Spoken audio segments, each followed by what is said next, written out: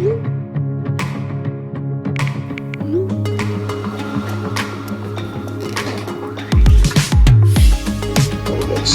make sure you practice it nice and slowly and get good tone out of each note.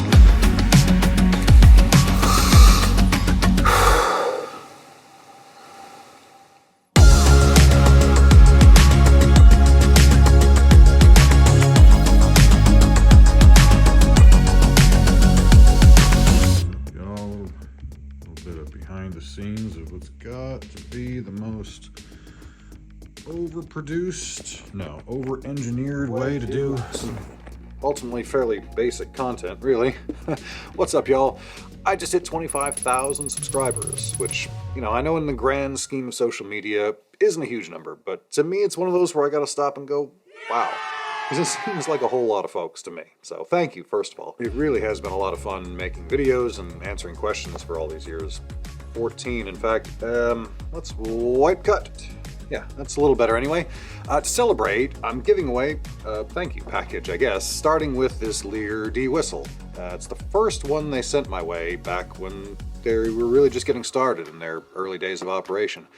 It's been my car whistle, my desk whistle, my laptop bag whistle. It's been a lot of things, really, but they were kind enough to send me, well, loads of stuff over the years, including another D whistle, and I'd rather have this one out there getting played rather than just sitting in a bag someplace. So, if you're in need of a professional whistle, haven't bit the bullet yet, or just want to try something new, now's your chance. I'm also chucking in our CD. This is a CD, by the way, for those of you who aren't familiar with the technology. It's a pretty old one at this point, but you can party like it's 1999 if you want to, and we also do include this digital download card, so you could party like it's 2009, I suppose, if that's your thing. I'll get the guys to sign it. Oh, and a sticker. We got stickers now. We just got a whole bunch of new ones made. Throw one of those in there as well. Stick around to the end of the video if you want to get down on the giveaway.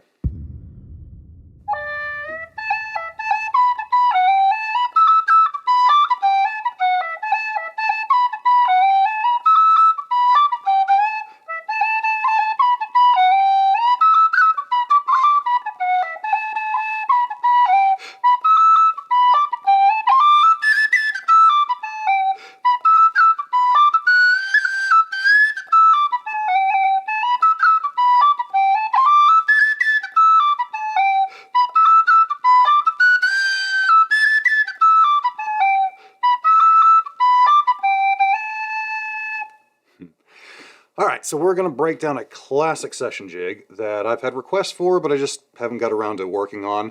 The tune is called the Lilting Banshee, and we're going to break down the basic melody like we always do. We'll play it nice and slow. Make sure you really get that locked in before we dive in with all the fancy stuff.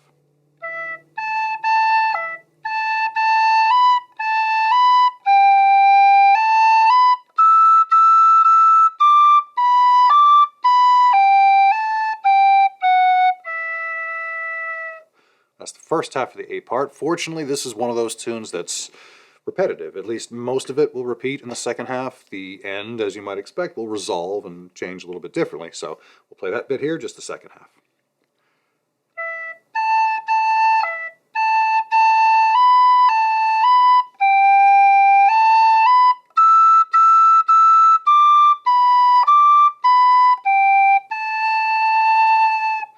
So basically, rather than going down, it stays kind of in that middle range in the A part of the whistle, A part of the tune. We're going to play the whole A part once through.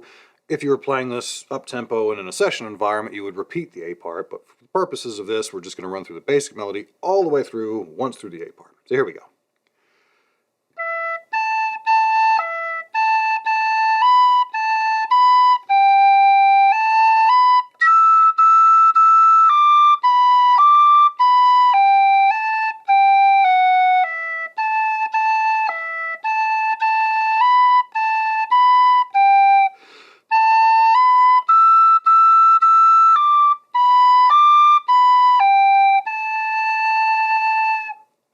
How'd you do? Hopefully you're able to get through that all right. Again, it is fairly repetitive with that jumping between the E and the A, and so there's some of those hopefully you can break down and get a couple of phrases and then copy and paste throughout the rest of the tune. When we jump into the B part, be aware that it goes into that second octave. It's spending a fair bit of time on that high A, so if you have friends or family or neighbors or pets that aren't thrilled with high-pitched noises, maybe give them a little heads up. Here we go, basic melody of the B part again, nice and slow.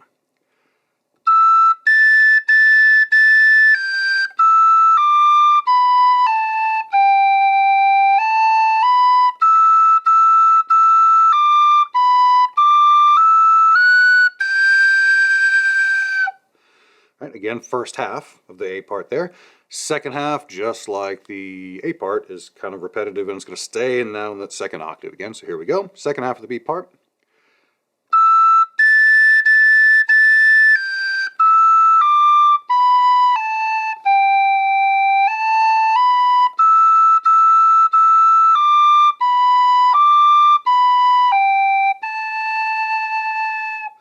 So just like the A part, it resolves. It resolves to the A minor, which is landing on the A. This tune's in A minor. Hopefully you figured that bit out already. Let's play the whole B part once through, all the way through. Let's see what we got here. Here we go.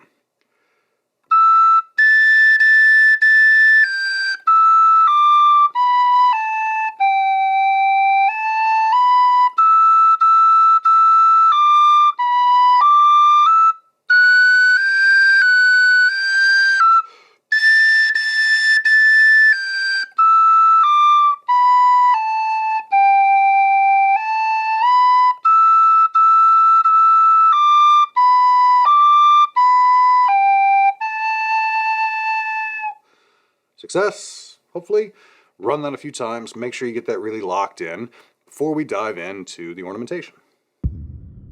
Let's see what we can do with this tune. If you do want to get into the variations and more of the advanced ornamentation, I've got a whole new video up on my Patreon as part of my deep dive series where we break down the excruciating minutiae of this one, so check that out if you're so inclined. In the meantime, let's see what we can do with this one here. Starting again with the A part. Basic melody as a refresher. So we've got that bouncing bit between the E and the A, and that's kind of the hook on this one, at least to me. That's the fundamental part. So there's a few ways we can do it. The simplest bit, what I like to start with, just is sliding in from the D, and then just a tap to separate those two A's. We'll do that again. Just a quick tap to break them up. A couple of things you can do with it, but that'll give it a nice bit of separation without being too heavy-handed, I would say. That accent there using the cut is another option, but to my ear it gives it a bit of like a calliope house kind of vibe, or a merry-go-round kind of vibe. That's what I hear when I do it that way, so I like the tap. It's a little lighter, I think. And then when we come out of that, I will cut that beat. Whole phrase there. And when I land, we're finishing the phrase on a G, but I'll sort of bounce off of the F sharp before that. And it gives it that nice, I don't know, subtle, again, hopefully, but a subtle way to stick the landing. Cool option, I think. Okay, same kind of thing there as we go up to the second octave. Really, exactly the same thing. I'm sliding the first note and then tapping to separate the next. So I'm doing the same thing there as well with a cut above it. I think that tap followed by a cut gives the jig the appropriate jig sound, or at least helps to impart that, depending on how else you're separating your notes. But I think that gives it a little bit of that lift that we're going for. And I'll slide as I come down the scale. I really want that fall down thing to be kind of dirty and slidey. And sort of sticking the landing again as I bounce off the low D, which is really how we started this. Same kind of move, except more of a tappy bit, I guess. But you could slide that as well. That works too. Couple of options. Finish the phrase, because the rest of the A part I would play basically the same way.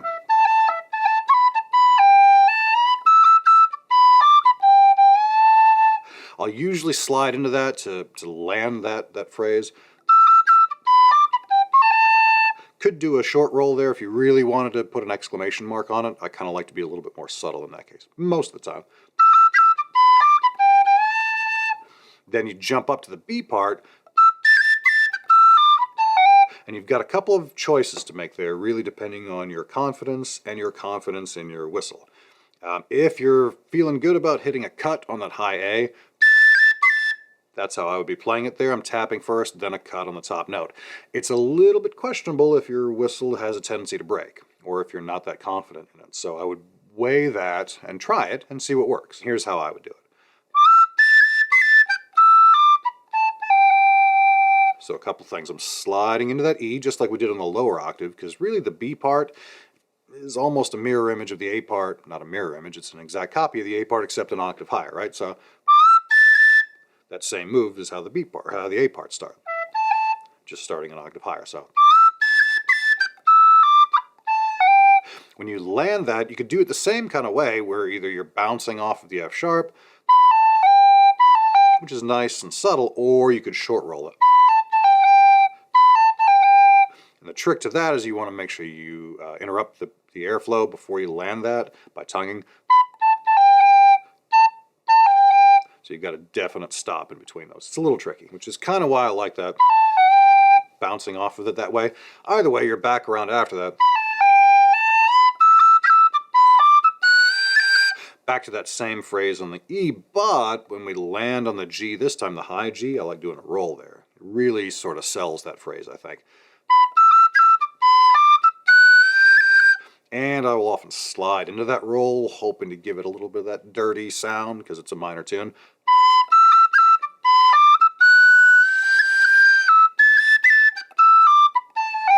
And then that same exact phrase as we come around, and then to wrap up, same as we do the A part. Depending on if you're ending the tune completely or if you're going around to the A part for a second time. And then back around. So depending on where you are, I would change how I end that phrase. But ultimately, if I'm finishing the tune, I'm going to slide and hopefully keep that same sort of minory dirty vibe going. So let me know what y'all think about this one. If you're interested in more details and more options on this, again, please check out the Patreon. Lots more going on over there. In the meantime, let's give this away, shall we? For those of you who want to get into the drawing to win this Lear D whistle along with the CD and the stuff, here's what we got to do. First of all, give me a subscribe, and I do realize this video is about 25,000 subscribers, so you might already be subscribed, and thank you if so. But if not, hit that subscribe button, drop a like on this video, and then leave a comment down below letting me know why you stuck around. Of course, if this is your first time watching one of my videos, that's cool too. Feel free to mention that, but I'm curious what it was that got you to hang around. You know, what it was that interested you enough, I suppose. Which video you found, or you know, what thing you got out of it. I'll be doing the drawing in 2 weeks, which I believe will be on the 17th of October. I think so, I'll have to double check. Good luck, and thanks a million for the support, y'all. Cheers.